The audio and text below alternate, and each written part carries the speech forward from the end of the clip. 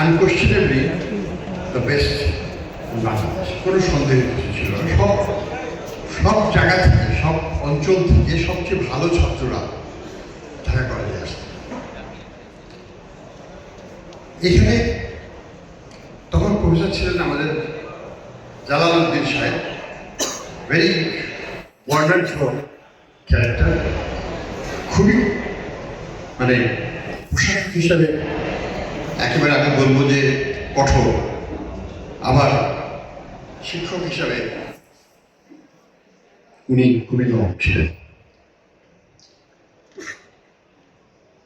ওনার একটাই লক্ষ্য ছিল, যেটা আমরা দেখতাম, যে কলেজটাকে কিভাবে আরো বেশি সমৃদ্ধ করা যায় এবং ছাত্রদেরকে কিভাবে পড়াশোনায় মনোযোগে রাখা। সময়টা খুব ডিফিকাল্ট ছিল, কারণ আমাদের ওই সময় থেকেই একটার বিরুদ্ধে আন্দোলন শুরু হয়, যেটা 69 মুভমেন্টের মাধ্যমে আমরা কিন্তু তখন রেগুলার ঢাকা কলেজ থেকে আমরা 69 মুভমেন্টে অংশগ্রহণ করার জন্য আমরা ঢাকা বিশ্ববিদ্যালয়ের সেই তৎকালীন যে বটতলা, যেটা এখন নাই, সেই বটগাছটা তো নাই, কিন্তু সেই বটতলাতে আমরা সবসময় যেতাম। সেখানে আমরা তোফায়েল আহমেদ ছিলেন তখন 69 মুভমেন্টের নেতা, তাদের কাছ থেকে আমরা বক্তব্য শুনতাম এবং ওটার মাধ্যমে কিন্তু 71-এর সূচনা। কাজেই আমি যেটা মনে করি, আমাদের ওই সময়টা ছিল একদিকে শিক্ষা চর্চার দিক থেকে সর্বোচ্চ স্থানে ছিল এই কলেজ, অন্যদিকে আবার active participation in the national মুভমেন্টেও আমরা কিন্তু একটা বড় ভূমিকা রেখেছিলাম। আমাদের কলেজটাতে সব বোর্ডের সবগুলো ফার্স্ট বয় এখানে ছিল, 1 থেকে 10 তারাও এখানেই ছিল। এখানে অ্যাট্রাকশনটা ছিল অনেকটা মৌমাছির মতো, একসাথে সবাই এখানে এই জায়গাটা। এই বিদ্যাপীঠের কোনো তুলনা ছিল না। আমরা যখন বের হই, আমার মনে আছে আমরা 360 জন, এরকম 360 বা 64 জন ফার্স্ট ডিভিশন পেয়েছিল ঢাকা বোর্ডে, তার মধ্যে 300-র মধ্যে ছিল ঢাকা কলেজ। নর্দার্ন ছিল 2 নম্বরে, বাকি তাদের সংখ্যা ছিল 40। কাজে বুঝতেই পারেন যে আমাদের অবস্থাটা। ঢাকা কলেজ যেটা আমরা যে জিনিসটা আমরা অর্জন করেছি, সেটা তো একটা হচ্ছে যে শিক্ষা। আমাদের শিক্ষকদের মধ্যে ছিলেন আব্দুল্লাহ সাহেব, শওকত ওসমান সাহেব, আমাদের শিক্ষকদের মধ্যে ছিলেন ভালো ভালো গুরু ব্যক্তিত্ব। এটা তো ছিলই। একটা প্রতিষ্ঠান ভালো হয় কিভাবে, দুটো ঢাকা কলেজ তার গৌরবোজ্জ্বল যে অধ্যায়টা পৌঁছেছিল ওই দশকে, সেটা কিন্তু এই ছাত্র এবং শিক্ষকের সম্মিলিত প্রচেষ্টা হয়েছে। সবচেয়ে ভালো ছাত্ররা এখান থেকে বের হতো। তারা সবগুলো প্রতিষ্ঠান, সেটা আমরা ঢাকা ইউনিভার্সিটি বলি, আমাদের ইকোনমিক্স ডিপার্টমেন্টের কথাই বলি, বুয়েটের কথাই বলি, বা মেডিকেল কলেজের কথাই বলি, প্রত্যেকটা প্রতিষ্ঠানে প্রথম সারি 50 জন বা 60, 70, 80, 100 জন ঢাকা। নিঃসন্দেহে আমাদের ইকোনমিক্স ঢাকা কলেজ, আমাদের ইঞ্জিনিয়ারিং এ আমি সায়েন্সের ছাত্র ছিলাম ঢাকা কলেজে। তো আমি শিওরও ছিলাম কি সাবজেক্টে পড়ব। তো আমি ইঞ্জিনিয়ারিংয়ে ভর্তি হলাম, মেডিকেলে ভর্তি হলাম, ফিজিক্সে ভর্তি হলাম, আলটিমেটলি যে ইকোনমিক্সের এক্সট্রা মানে ক্লাস। তো এই সুযোগগুলো তখন ছিল। তখন কিন্তু আমাদের যেটা ইউনিভার্সিটির যে রেজাল্ট, মানে বোর্ডের যে রেজাল্ট, সেটার ভিত্তিতে আমাদের অ্যাডমিশন করতে, আর কোনো কিছু করতে হবে। স্ট্যান্ডার্ডাইজেশন কনসেপ্ট ফর বোর্ডে ভালো করেছে, আর নতুন করে পরীক্ষা নেওয়া। আমাদের এখানে যখন আমরা ভর্তি হই, যারা কোন বোর্ড থেকে এসে কত নম্বর পজিশন আছে বলো, ভর্তি হই। দ্যাট ওয়াজ ইট। কোনো কিছু করতে হয় না। যে কোনো বয়সে যেতাম আমরা। এই যে কোয়ালিটির যে একটা মান, শিক্ষা ব্যবস্থার যে একটা সিস্টেমে স্বীকৃতি সেটা কিন্তু ছিল, যে কারণে কোথাও ওই মৌখিক 2-3 মিনিট কথা বলার করে ভর্তি ফর্ম সিগনেচার হয়ে যেত এবং ভর্তি হয়ে যেত। কারণ ওই যে বোর্ডের যে স্ট্যান্ডার্ড সেটাকে দেখে তারা তাদের আর কোনো পরীক্ষা ছিল। তো এই জিনিসটাকে কিন্তু আমরা হারিয়ে স্ট্যান্ডার্ডটাকে আমরা স্ট্যান্ডার্ডাইজ যাই হোক, অনেক কিছু হারিয়েছি, অনেক কিছু পেয়েছি, সব মিলিয়েই জীবন। তো আমি যেটা বলবো যে ঢাকা কলেজের ঐতিহ্য আমার নিজের পরিবারের সাথে। আমার নানা আলী আহমেদ খান চৌধুরী, উনি ঢাকা কলেজে বিএ অনার্স করেন ইংলিশে 1908 সালে। 1908 সালে, কারণ সালটা মনে আছে জন্য যে একটা অক্সফোর্ড ডিকশনারিতে ছিল, তো সেখানে লেখা ছিল ওর নাম দিয়ে ঢাকা কলেজ 1908। তো দ্বিতীয়ত যেটা আমার ফাদার ইন ল, উনিও ঢাকা কলেজের ছাত্র ছিলেন, ঢাকা কলেজ থেকে সেকেন্ড হয়েছিলেন, তাজউদ্দিন আহমেদ সাহেবের সাথে একই ব্যাচে ছিলেন।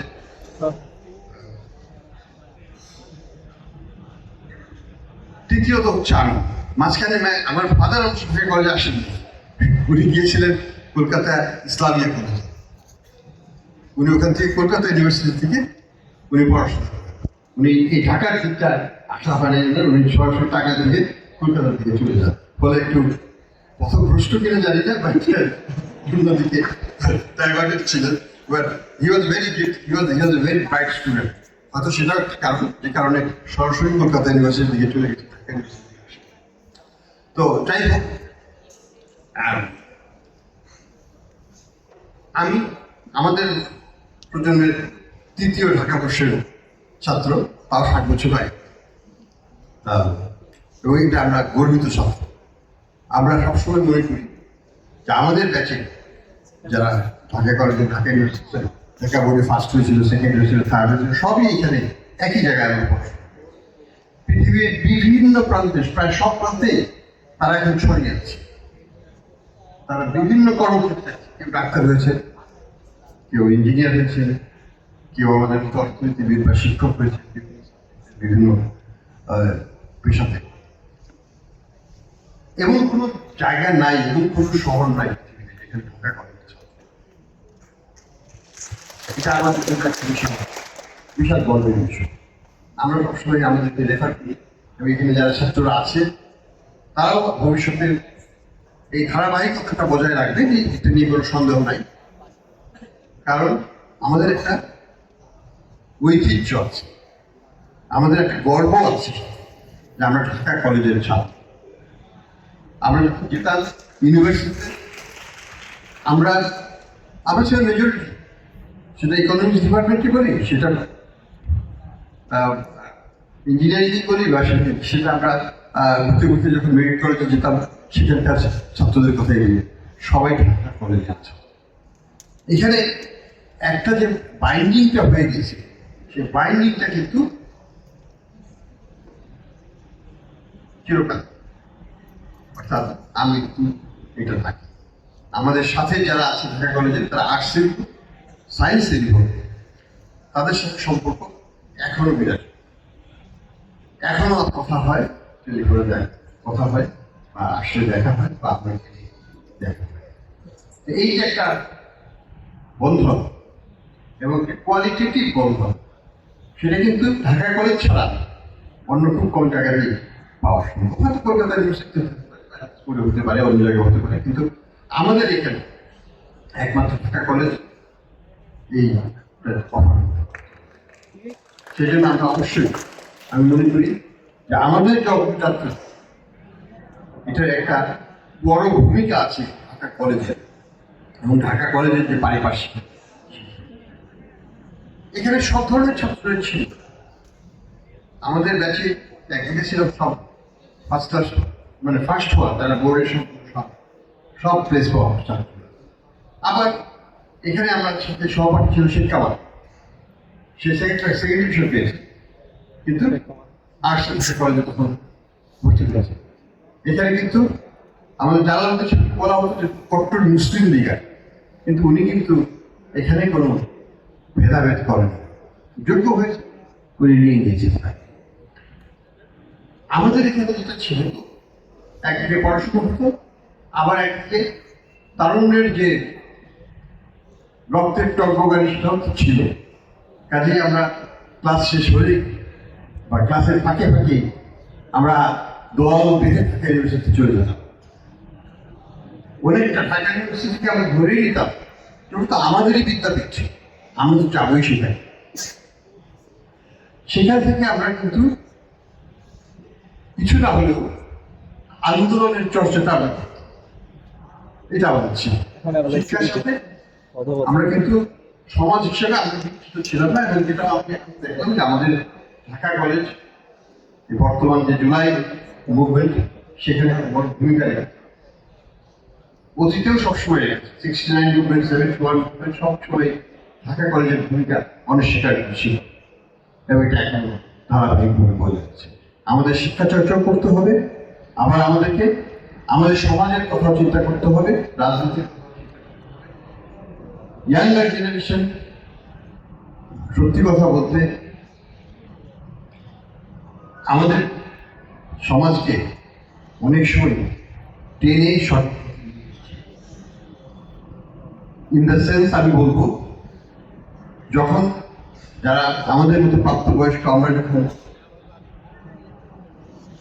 আন্দোলন বিমুখ বা আন্দোলনের দিকে যাচ্ছি না, তখন কিন্তু আমরা 69-এ দেখেছি, 71-এ দেখেছি, তারপর 90-তে দেখেছি, এবং এই বছর আবার দেখছি যে ছাত্র সমাজ আমাদের যারা গ্রোন আপ, যারা প্রাপ্তবয়স্ক, তাদেরকে পথ দেখি, এবং পরিবর্তনটা কিন্তু ছাত্র সমাজের কাছ থেকে।